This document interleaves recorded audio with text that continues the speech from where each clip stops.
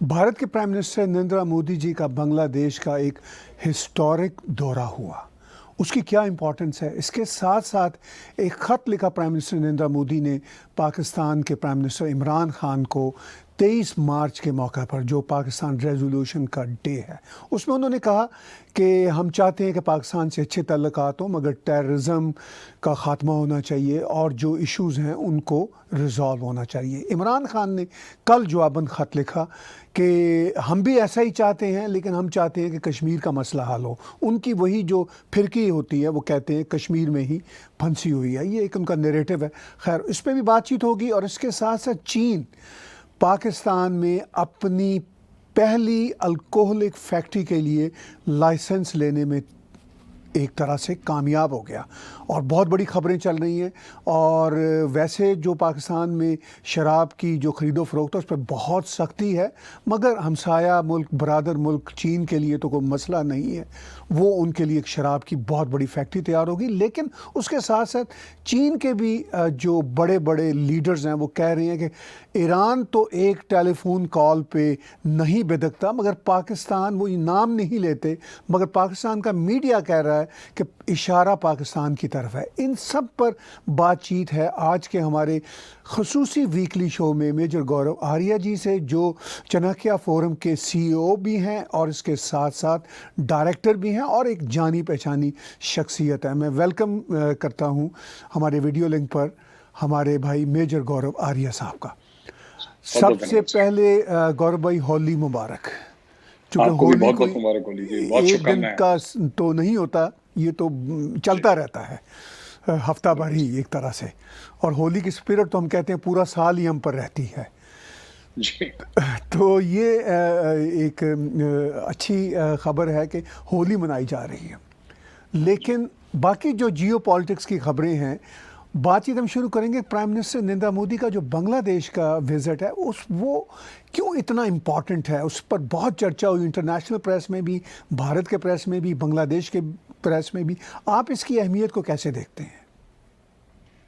इसमें सब दो चीजें हैं ताहिर साहब, और इसको बताने से पहले मैं आपका धन्यवाद करूंगा, आपने अपनी शो में मुझे बुलाया। ताहिर साहब, एक तो लुक ईस्ट पॉलिसी है इंडिया की और नेबरहुड फर्स्ट पॉलिसी है। और बांग्लादेश, अगर आप देखें पूरे खित्ते में जहाँ पे पाकिस्तान भी है और मुल्क भी हैं, बांग्लादेश एक सक्सेस स्टोरी है। आप कुछ भी, आप इकोनॉमिक सोशल पैरामीटर्स देखें, उसके किसी भी प्रकार के पैरामीटर्स देखें, तो बांग्लादेश ने तरक्की बहुत करी है माइक्रो फाइनेंस के उस पे, या ओवरऑल जो उनकी इकोनॉमिक कंडीशंस है, उनकी जीडीपी ग्रोथ है, जो उनका फॉरेन एक्सचेंज है, या जिस तरीके से उनके एक्सपोर्ट्स बढ़े हैं, जो उनका पर कैपिटा इनकम है बांग्लादेश की, वो काफी हद तक अच्छी। सो इट्स बांग्लादेश एक तो एक सक्सेस स्टोरी है। दूसरी चीज ये है कि हमारे कल्चरल लिंकेजेस बहुत हैं सब बांग्लादेश के साथ। वो बंगाल में, वेस्ट बंगाल में वही भाषा बोलते हैं जो वहां पे बोलते हैं, तो एक कल्चरल लिंकेजेस है। तीसरी चीज ये है कि बांग्लादेश एक ऐसा मुल्क है जो कि एक जमाने में रेडिकलाइजेशन के साथ बड़ा डील कर रहा था, लड़ रहा था। इनफैक्ट 2016 में भी खबरें आई थी, 15, 16, 17 में खबरें आई थी, ब्लॉगर को मार दिया, हैक कर दिया, ये कर दिया। तो काफी हद तक बांग्लादेश ने ये सब चीजें मैनेज कर ली हैं। आज की तारीख में बांग्लादेश में, ठीक है, वो एलिमेंट्स हर जगह हैं, भारत में भी हैं, तो बांग्लादेश में भी। ऐसी बात नहीं है कि भारत में सब परफेक्ट है, ऐसी बात तो नहीं है। तो बांग्लादेश ने लार्जली काफी कुछ मैनेज कर दिया है, एंड स्ट्रेटेजिकली हमारे लिए बहुत इंपॉर्टेंट है बांग्लादेश। तो ये एक इन्वेस्ट करा था मोदी जी ने बांग्लादेश की रिलेशनशिप के साथ, और उतना ही इन्वेस्ट शेख हसीना साहिबा जो है वहां की प्राइम मिनिस्टर, बंगबंधु शेख मुजीबुर रहमान की बेटी हैं वो, तो उन्होंने भी बहुत जबरदस्त तरीके से इस रिलेशनशिप में इन्वेस्ट करा। कुछ वहां पे लोग हैं, एक्सट्रीमिस्ट एलिमेंट, जो कभी नहीं चाहते कि भारत के साथ दोस्ती, उन्होंने फसाद भी करे थे वहां पे, और कुछ इन्होंने दंगे फसाद हुए, कुछ लोग भी मरे वहां पे। लेकिन overall the population of Bangladesh loves India, Indians love Bangladesh. हमारा ट्रेड बड़ा जबरदस्त है उनके साथ, तो आई थिंक हमारे लिए बहुत इंपॉर्टेंट देश है। और एक और चीज मैं कहना चाहता हूँ, कई हिंदुस्तानी गलती कर जाते हैं इसमें ना, बोलते वक्त। I don't think they mean badly, या उनका कोई खराब कोई मकसद है ऐसा बोलने का ताहिर साहब, लेकिन वो ऐसे एक बोलचाल में निकल जाती है बात की, India will always be the elder brother to Bangladesh. ये बोल जाते हैं काफी इंडियंस। मुझे लगता है ये स्टेटमेंट, ये लैंग्वेज, ये इमोशन ही गलत है। इस रिलेशनशिप में, भारत और बांग्लादेश के रिलेशनशिप में, कोई एल्डर ब्रदर और कोई यंगर ब्रदर नहीं है। We are both brothers and we are both equals. You see, जो मुल्क साइज में या इकोनॉमी में या मिलिट्री पावर में छोटा होता है, वो ये नुआंसेस जो हैं वो बड़ी बारीकी नजर से देखता है कि भाई आप हमें कैसे एड्रेस कर रहे हैं।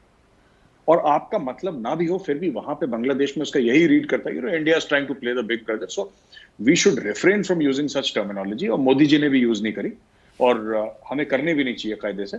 और वी आर इक्वल ब्रदर्स, हम लोग बराबर के हिस्सेदार हैं प्रोग्रेस में। And I think it's a historic visit by prime minister Modi. सबसे पहला विजिट है साहब, कोविड टाइम्स में पैंडेमिक के लगने के बाद सबसे पहला विजिट बांग्लादेश को करा मोदी जी ने, which shows that how much emphasis India puts on it's relationship with Bangladesh.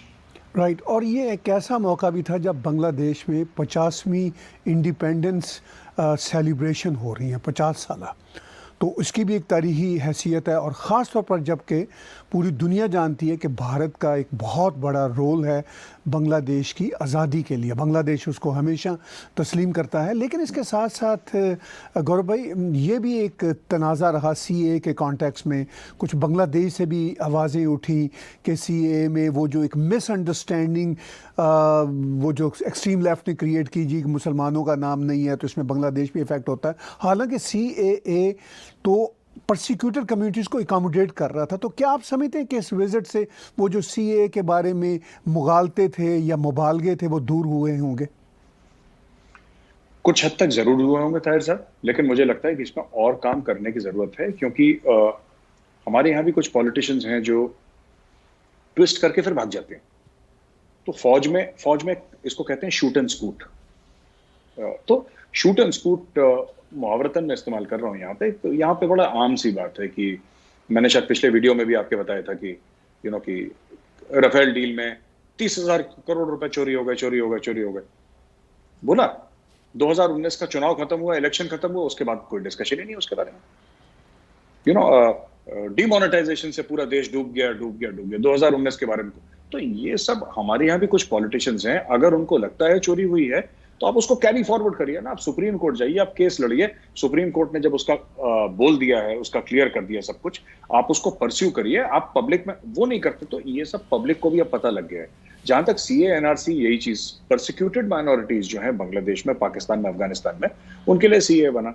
और सीए क्या करता है ताहिर साहब? इनको डिस्काउंट देता है।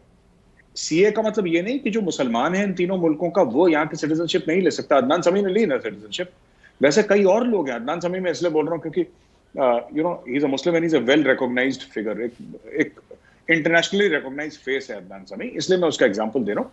कई लोग हैं जिनको मिली है, बस उनको 50% का वो दिया है, एक डिस्काउंट सा दिया है उनको कि दूसरों का 11 साल में होगा, आपका थोड़े से कम में हो जाएगा, हाफ में हो जाएगा आपका। ठीक है, डिस्काउंट देते हैं। आप इसको किसी भी, आप इसको अफर्मेटिव एक्शन समझिए, आप इसको जो समझना है, जिस रंग में रंगना है आप रंग दीजिए, but this is a discount. तो सीए ये नहीं कहता कि भाई मुसलमानों को हम बिल्कुल दीवार खड़ी कर रहे हैं और आप अंदर नहीं आ सकते, ऐसी बात नहीं है। लोग आते हैं, आप करिए। और एक और चीज मैं आपको बता देना चाहता हूँ, हिंदू, मेरे कुछ रिलेशनशिप, मेरी रिश्तेदारियां हैं यूएस में, यूके में, हर जगह। मेरे रिलेटिव्स हैं ना, मेरे यूएस में तो है ही खैर।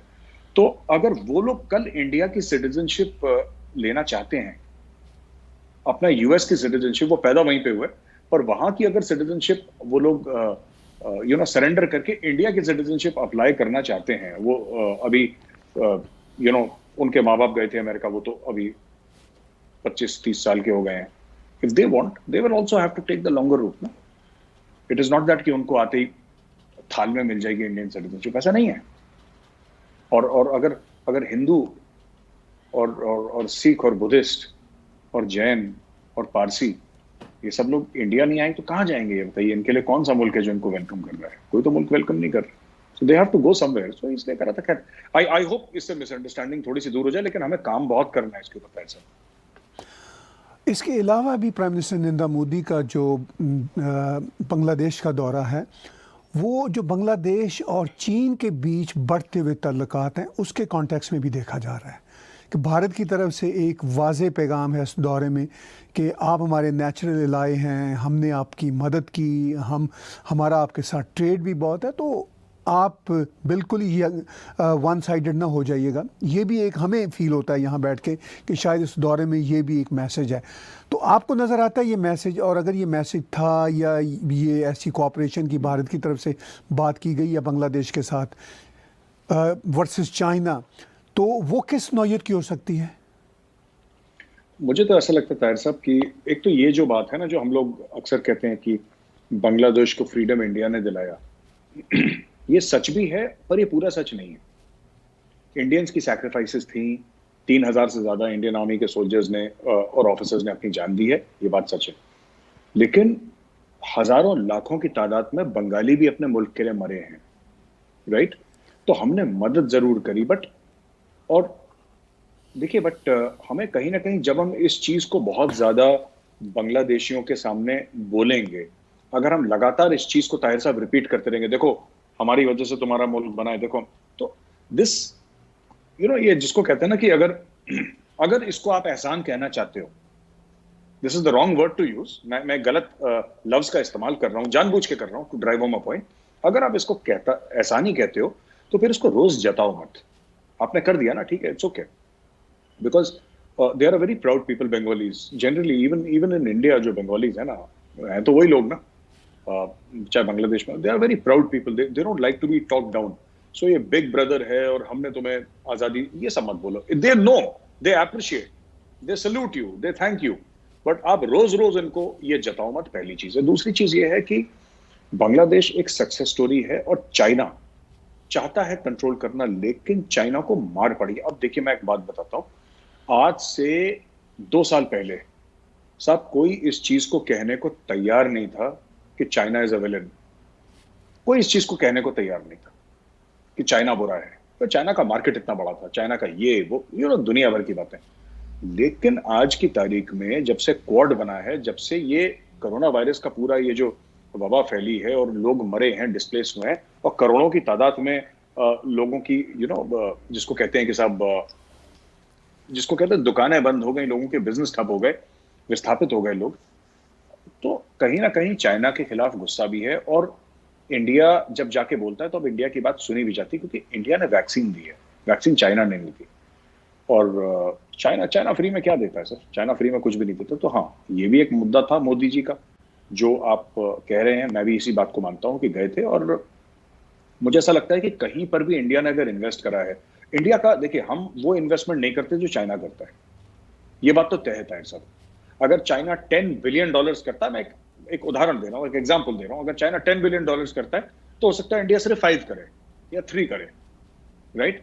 लेकिन इंडिया कभी हनुमनटोटा पोर्ट किसी मुल्क को नहीं देगा कि तुमने हमारा पैसा वापस नहीं करा, ये जमीन हमारी हुई। ये चाइना एक नहीं, 10 मुल्क में कर चुका है।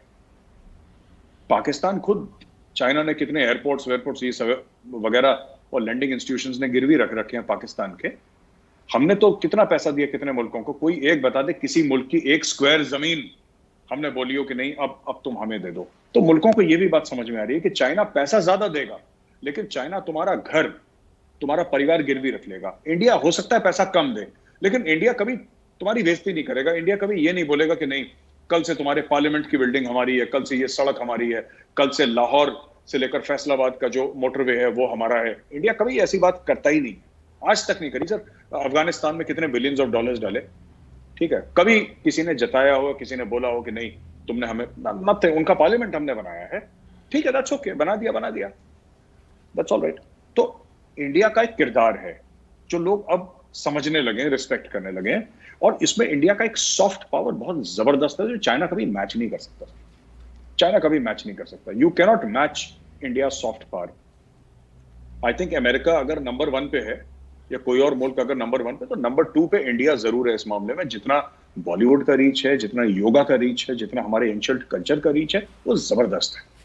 तो वो भी एक बहुत बड़ा गेम। और ये पूरा जो बांग्लादेश का ट्रिप है, ये सॉफ्ट पावर के बेसिस पे हुआ sir. Commonality of culture, because Bangladesh is also, Bangladesh में एक और थोड़ा सा आपसे 10 सेकंड और लेके बताना चाहूंगा दर साहब कि बांग्लादेश इस चीज का एक टेस्ट केस है जहां पे कल्चर को रिलीजन से इक्वल या फिर ज्यादा इंपॉर्टेंस दिया है। Because their identity is Bengali, there primary identity is Bengali. तो ये एक बहुत जबरदस्त उनमें एक फीलिंग है, जो कि इंडिया को भी ये बात समझ में आती है, क्योंकि we share the same feeling that way, cultural feelings are the same. आपने कहा कॉमनैलिटीज़ ऑफ कल्चर्स की बात है, मुझे तो वो गौरव भाई जो कॉमनैलिटी ऑफ कल्चर है वो इवन चाइना में भी नज़र आती है, अगर हम बुद्धिज़्म की डीप रूटेड सिविलाइजेशन को देखें तो।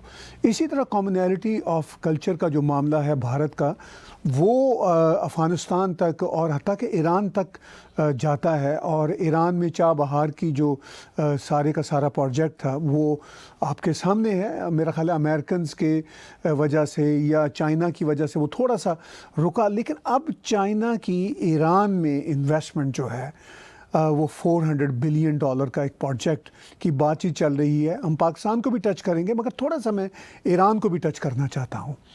तो ईरान में जो इनका $400 बिलियन का जो इन्वेस्टमेंट का प्रोजेक्ट है, वो कैसे आपको चलता नज़र आ रहा है चाबहार के मुकाबले में? देखिए साहब, ये सब चाइना की आदत है सर, लंबे लंबे फिगर्स फेंकने की। 400 बिलियन किसने देखे सर? $400 बिलियन कहाँ डालेंगे? कहाँ डालेंगे 400 बिलियन? क्या करेंगे उसका? आप इनके कोई भी प्रोजेक्ट चीन के होते हैं सर, ये फिगर बड़े अच्छे लगते हैं ना, किसको बुरा लगता है सर? अगर कोई इंडिया में ही बोले कि हम 400 बिलियन डाल रहे हैं इंडिया में, तो मुझे बुरा थोड़ा ना लगेगा, मुझे अच्छा ही लगेगा। इवन कनाडा, आप कैनेडियन हैं, आप कनाडा में बैठे हैं, आपको बोलेगा 400 बिलियन इन्वेस्ट कर रहा है, everybody will be happy. But देखिए, चाइना का एक खास किरदार है और उनका इन्वेस्टमेंट पैटर्न सेम है सर हर जगह। Everywhere in this world the investment pattern is the same. अगर ईरानियों को कोई भी गलत फहमी है कि साहब ये आएंगे, इन्वेस्ट करेंगे और दूध में से मलाई ईरानी खाएंगे, तो ये देखिए, चाइनीज बिजनेसमैन है, चाइना पैसा लगाता है 2 रुपए कमाने के लिए, 2 रुपए गंवाने के लिए नहीं। तो इनको क्लियर हो जाना पड़ेगा कि अगर चाइना कुछ भी इन्वेस्ट कर रहा है, आप एक बार ताहिर साहब देखिएगा, कोई कागज आपको नहीं मिलेगा जो ये बता देगा कि इतना इन्वेस्टमेंट है, इतना लोन है। अब उसमें हमें नहीं पता ना, क्योंकि ईरान को तो मार पड़ रही है इस वक्त, ईरान अपना तेल नहीं बेच पा रहा, कहीं पे ईरान अपना तेल नहीं बेच पा रहा। अब राहदारी देगा पाकिस्तान, राहदारी देगा पाकिस्तान, ये घुसेंगे ईरान में, ईरान के साथ ट्रेड करेंगे पाकिस्तान के थ्रू, और ये कह रहे हैं कि हम $400 बिलियन डाल रहे हैं। डालो वहां पे। ये $400 बिलियन के एवज में उनका दिल, गुर्दा, कलेजी, बोटी सब रखवा लेंगे सर, सब रखवा लेंगे। और अगर ईरानी ये समझते हैं कि they are very smart and they can play this game against the Chinese, no, I have done business with the Chinese। Tahir साहब, मैं आपको बताऊं, मैं कंपनी में काम करता था और उस कंपनी का मैं CEO था, सो हम चाइना कई बार गए। I know the Chinese very well. उनका सिंपल सा, their only motive is profit, कहां से 2 रुपए कमा सकते हैं, और जहां से उनको फायदा लगेगा वहां पे पैसा डाल लेंगे। क्या हुआ? चाइना पाकिस्तान इकोनॉमिक कॉरिडोर पे बैठ गई, क्यों नहीं इन्वेस्ट कर रहे Chinese? Why are they not investing? बड़े जोर शोर से सोने सड़कें की बन जाएंगी सर, है ना, लोग वीजे की लाइन लगाएंगे पाकिस्तान में, Pakistan will become the top economy of Asia. यही सब स्टोरी सुनाई थी ना, क्या हो गया उसका? यही सब स्टोरी उन्होंने सुनाई थी श्रीलंका को, कि श्रीलंका साबिक trading Hambantota will become the top port in the world, Asia का सबसे बड़ा पोर्ट बन जाएगा, राइट? क्या हुआ उसका?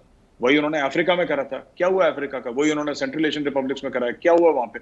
तो जब कहीं पे कुछ नहीं हुआ तो हम क्या उम्मीद लगा रहे हैं कि $400 बिलियन ईरान में डालेंगे? वो सब कहने वाली बातें। ये पाकिस्तानी एक दूसरे से झूठ बोलते हैं, वो ईरानी से बोलते हैं, ईरानी पाकिस्तानी से बोलते हैं, दोनों खुश। मुझे खुद बोल रहे थे $400 बिलियन के बारे में, पाकिस्तानी जर्नलिस्ट का मेरे पास कॉल आया कि मेजर साहब ये इन्वेस्ट हो गया। तो मैंने बोला आपके यहाँ पे तो इन्वेस्ट हुआ था, आपका क्या हुआ, पहले ये बताइए। तो he had no answer to give. ठीक, आपने कहा कि इन्वेस्ट तो खैर नहीं हुआ। $400 बिलियन के जो नंबर आ रहे हैं ओवर 25 ईयर्स में हैं, यानी 25 साल के अंदर अगर ये प्रोजेक्ट चलते रहे तो होंगे। और उसके दौरान तो वाकई ये होगा कि बहुत सारी वो जो टेरिटोरियल क्लेम्स आ जाएंगी चाइना की, और कोई भी प्रोजेक्ट उनका सिरे नहीं चढ़ा बैनुल-अक़वामी लेवल पे, तो ये कहाँ चढ़ना है। लेकिन पाकिस्तान के ज़रिए राहदारी मांग रहे हैं। पाकिस्तान में वो जो सी पैक है वो आपके सामने है, जिसकी एक सड़क ही अभी तक बनी है, या वो पैसा चाइनीज़ कंपनियां खा चुकी हैं, या पाकिस्तान के जनरल और पाकिस्तान की इस्टेब्लिशमेंट के लोग या पॉलिटिशियन खा चुके हैं। वो पता ही नहीं है कि कहाँ है वो 60 $2 बिलियन जो था, और इसमें से अब तक कहते हैं कि शायद कोई $23 बिलियन इसी तरह ही खुर्द बुर्द हुआ है। लेकिन जो एक काम जी इंटरेस्टिंग हुआ पाकिस्तान में गौरव भाई, एक शराब की फैक्ट्री ज़रूर लग गई है और उसका लाइसेंस भी मिल गया। और पाकिस्तान के लिए ये एक बड़ी इंटरेस्टिंग बात है कि पाकिस्तान इस मामले में बड़ा सख्त कटर कंट्री है, लेकिन चाइनीज़ के लिए वो शराब फराहम है। और ऑन द अदर हैंड दो बातें मैं जोड़ूंगा, यही $400 बिलियन जो ईरान का है, वो जो दुनिया में मीडिया प्रोपेगेंडे के लिए चाइनीज़ तो इस्तेमाल कर रहे हैं, मगर एक हिंट भी दे रहे हैं पाकिस्तान को कि भाई जो हमारे ईरानी हैं वो टेलीफोन कॉल पे नहीं इधर उधर भिदकते, पाकिस्तान भिदक जाता है। तो आप इन दोनों बातों को अलग अलग देखें तो कैसे देखेंगे? नहीं ताहिर साहब, ये जो बात थी ना, ये बड़ी इंटरेस्टिंग बात थी कि I think Chinese foreign minister गए थे, कौन गया था, बड़ा सीनियर कोई लेवल पे बंदा गया था वहां पे Chinese, and he went to Iran, और तेहरान में कॉन्फ्रेंस में बोला था कि ये ईरान ऐसा मुल्क नहीं है जो एक फोन कॉल पे अपनी फॉरेन पॉलिसी बदल दे। तो पाकिस्तानी मीडिया बड़ा दुखी हो गया कि यार ये तो हमारे लिए बोल रहे हैं चाइनीज, और क्या हमसे क्यों परेशान है ये लोग। तो ये तो है।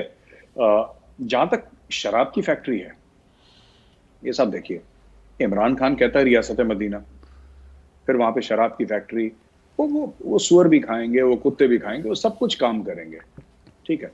तो चाइनीज के लिए डिस्काउंट दे सकते हैं पाकिस्तानी, और चाइनीज के लिए देंगे भी डिस्काउंट, क्योंकि देखिए पाकिस्तान को और कौन पैसा दे रहा है, डॉक्टर साहब यही पैसा देंगे, यही लोन देंगे, और उनकी इकोनॉमी इतनी डब्बा हो चुकी है बिल्कुल पाकिस्तान की, they have no other way, doctor साहब कोई तरीका नहीं है उनका सर्वाइव करने का।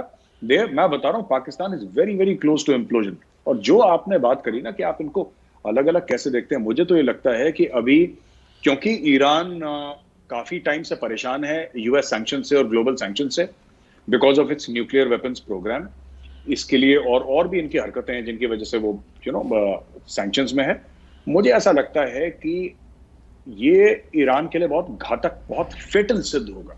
उसका रीजन है, ऐसे मुल्कों में छोटे मुल्क जो होते हैं ना, जैसे ईरान है, Iran is geographically small, population wise भी उसकी ज्यादा नहीं है, ऐसे मुल्कों में हर समय यह देखा गया है कि मैं कैसे बताऊं आपको ताहिर साहब, जैसे कि आप देखिए जहां जहां पे चाइनीज इन्फ्लुएंस है वो सारे के सारे छोटे मुल्क हैं।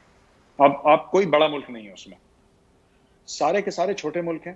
पहली चीज, सारे के सारे ऐसे मुल्क हैं जिनकी इकोनॉमी या तो बैठी हुई है या हल्का हल्का उठ रही है, राइट।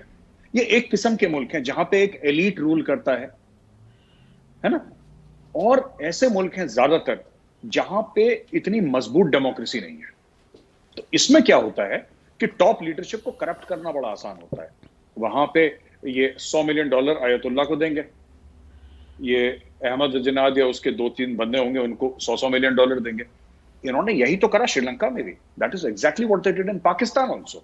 ये चाइना का एक मॉडल है, वहां पे जाके टॉप लीडरशिप को करप्ट करो, वहां पे गजब इन्वेस्टमेंट करो, कि वो जो टॉप लीडरशिप बोले देखो मैंने तुम्हारी सड़कें बनवा दी, मैंने ये कर दिया वो कर दिया, they will continue to be on par, लेकिन कॉन्ट्रैक्ट सारे मिलेंगे चाइनीज को। अब ये $400 बिलियन है, ये कौन करेगा प्रोजेक्ट एग्जीक्यूट, ये बताइए सर। क्या ये ईरानी कंपनी करेंगी एग्जीक्यूट? अब ईरान को तो ये लग रहा है कि साहब हमसे तो इतने सालों से कोई बात ही नहीं कर रहा। 1979 के बाद उसका तो बेड़ा गर्क हो रखा है ईरान का। जब शाह ऑफ ईरान चला गया था 79 की रेवोल्यूशन के बाद, तो नीचे नीचे ढलान से आ रहा है ईरान।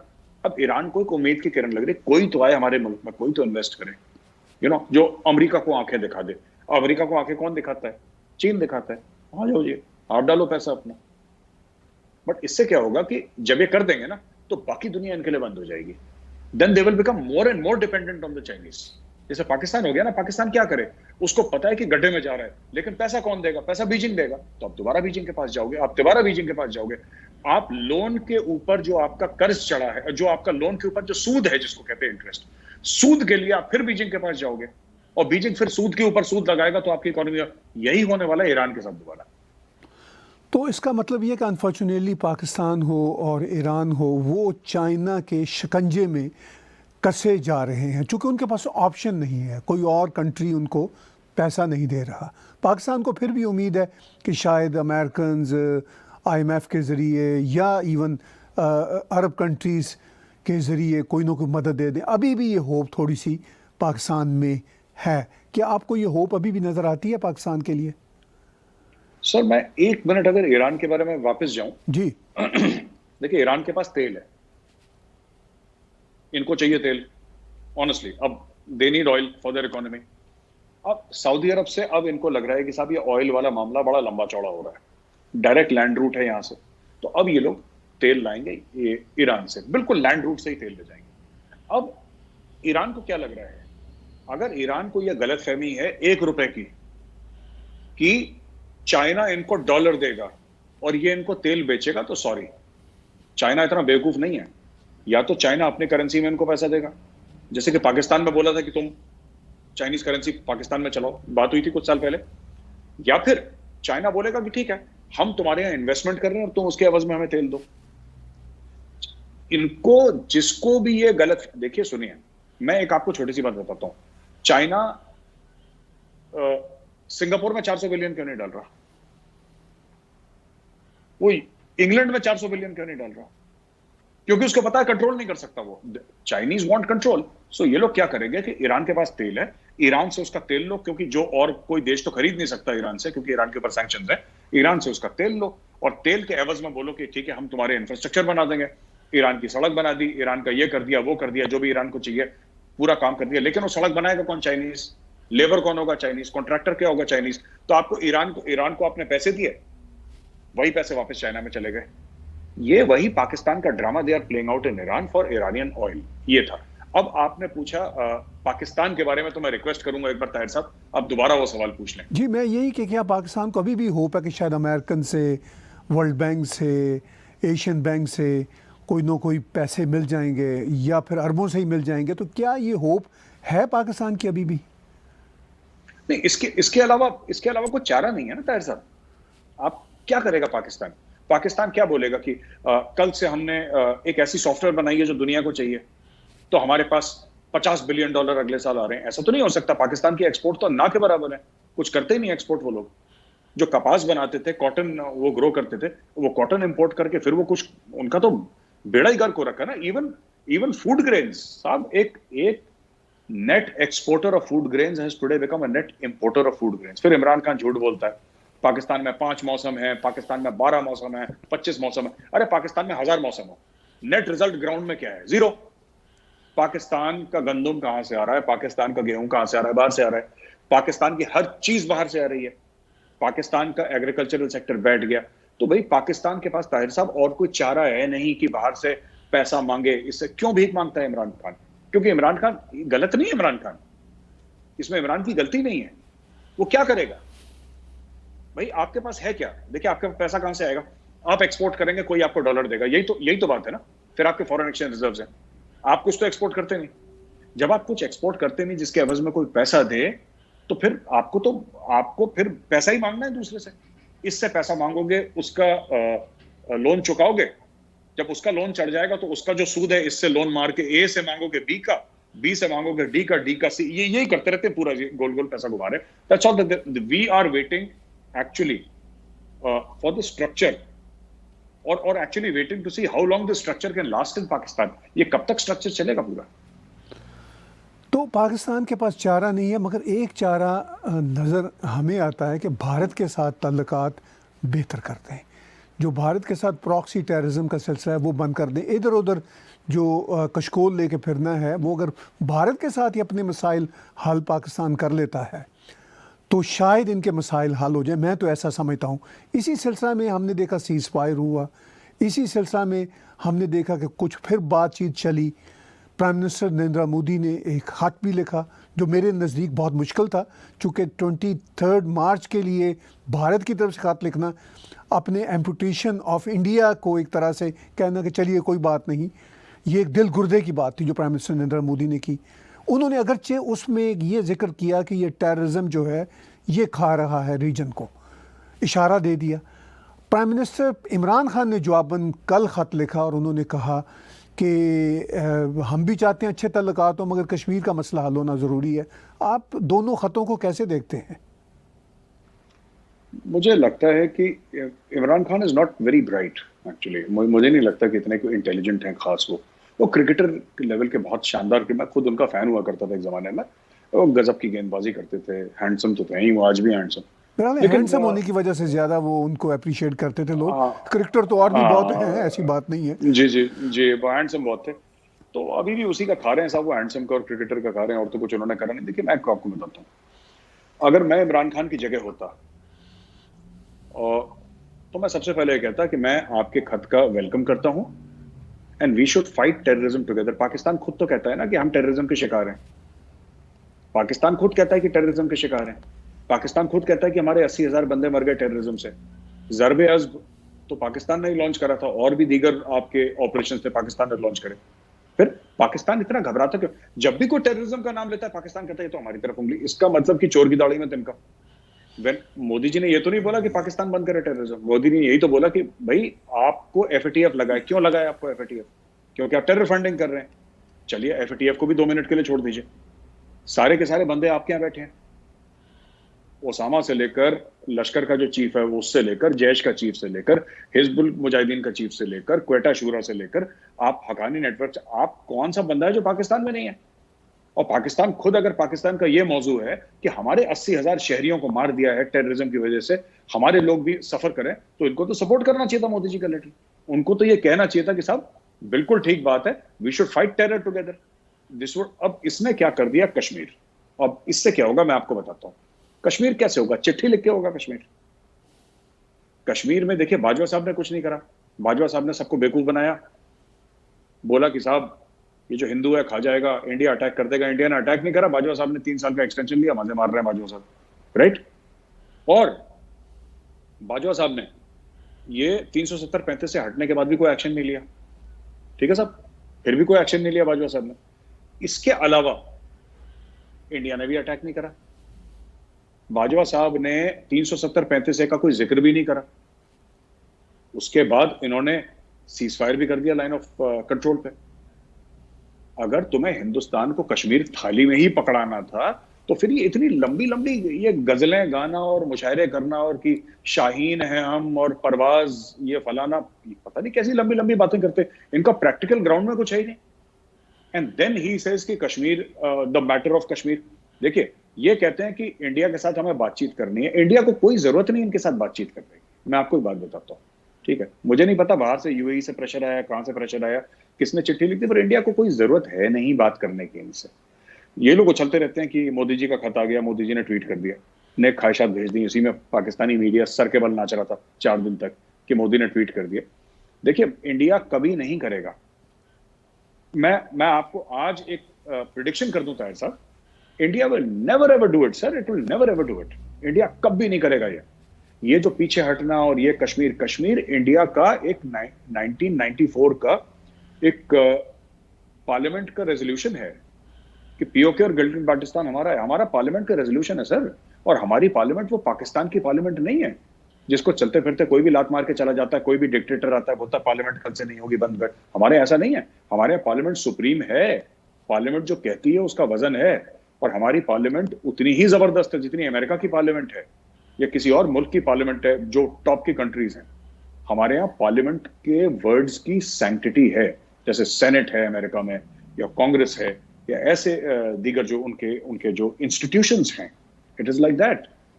हमारी पार्लियामेंट ने करा है, इसका मतलब कि वन डे और the other we will take it, because that is our stated M.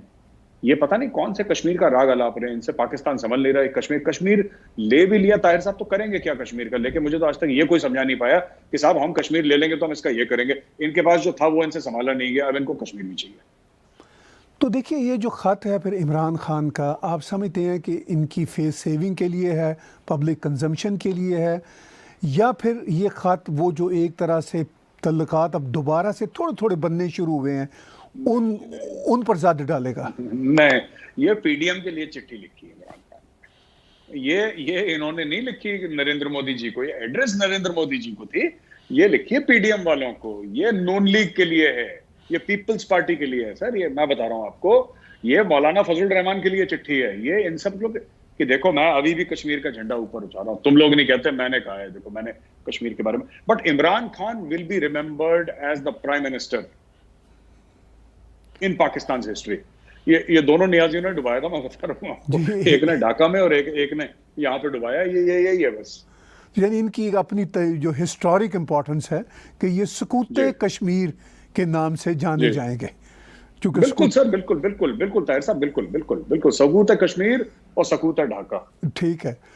हम ठीक है सर, यही है। कई हफ्तों से गौरव भाई आपके साथ मैं बातचीत कर रहा हूँ। पाकिस्तान के साथ जो थोड़े बहुत बातचीत शुरू हुई है, चलिए इन ख़तों को जो पीडीएम के लिए लिखी है वो आप छोड़िए अपनी जगह पे, लेकिन आपको आज के दिन अगर हम बातचीत को देखें तो पिछली जो हमने बातें की हैं दोनों देशों के बीच जो थोड़ी बहुत बातचीत चल रही है, उस कंटिन्यूशन में आगे हालात कैसे नज़र आते हैं?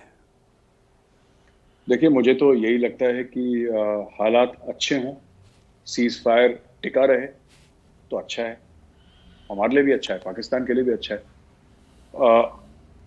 मुझे तो आई एम कॉशियसली पॉजिटिव, मुझे कहना चाहिए ताहिर साहब, आई एम कॉशियसली पॉजिटिव कि चलिए अच्छा हो।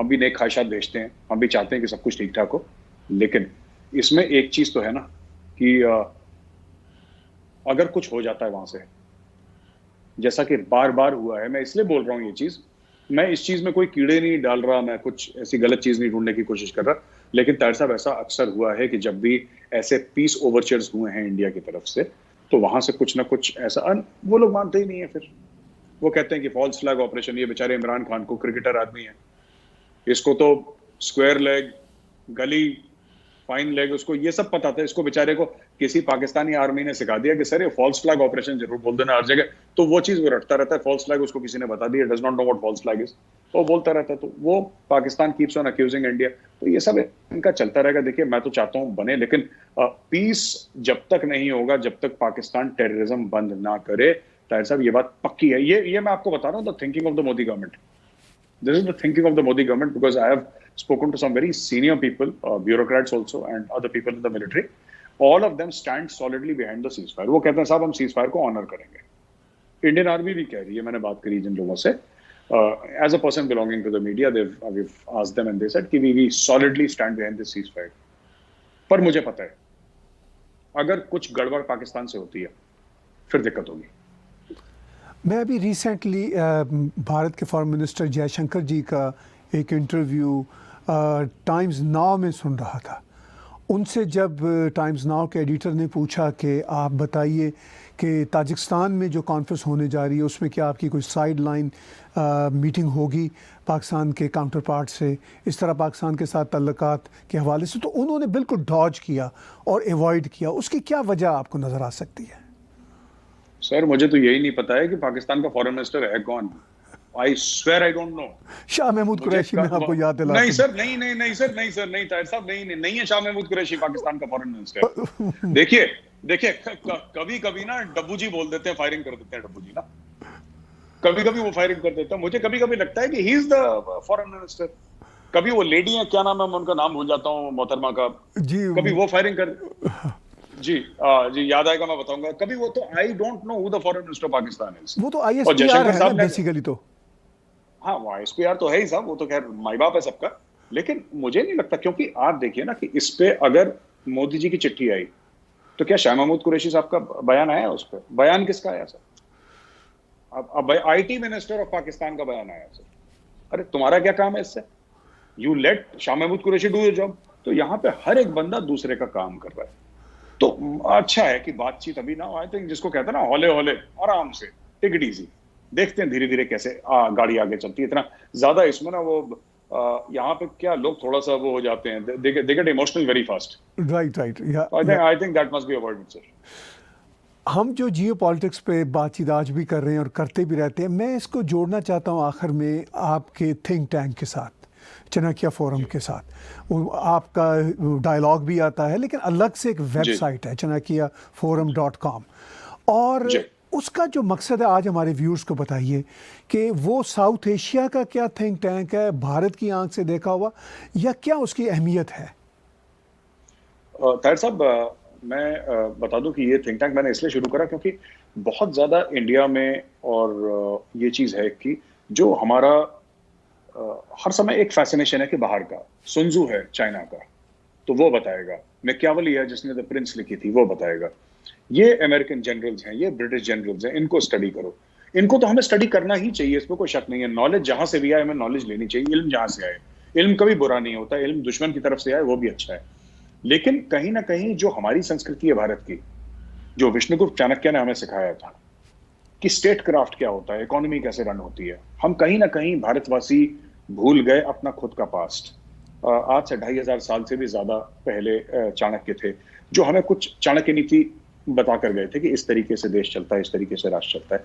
तो मेरा आइडिया था थिंक टैंक का कि इंडिया के जो लीडिंग थिंकर्स हैं, लीडिंग जनरल्स हैं, लीडिंग डिप्लोमेट्स हैं, अब तो इसमें बाहर के कुछ फॉरेन ऑथर्स भी हमारे साथ जुड़ गए हैं। रिसेंटली डैनियल कार्मन जो हैं, former Israeli ambassador to India, उन्होंने हमारे लिए आर्टिकल लिखा है, और लोगों ने हमारे लिए आर्टिकल लिखा है। We are getting some foreign journalist to write for us.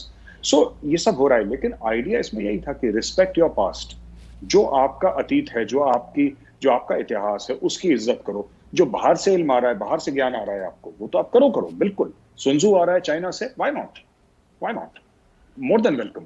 But ये मत करो कि यार क्योंकि बाहर से इंपोर्टेड है इसलिए अच्छा है, क्योंकि चाणक्य हमारे सामने एक जीता जाता सबूत। इसलिए मैंने नाम ही उसका चाणक्य फोरम रखा।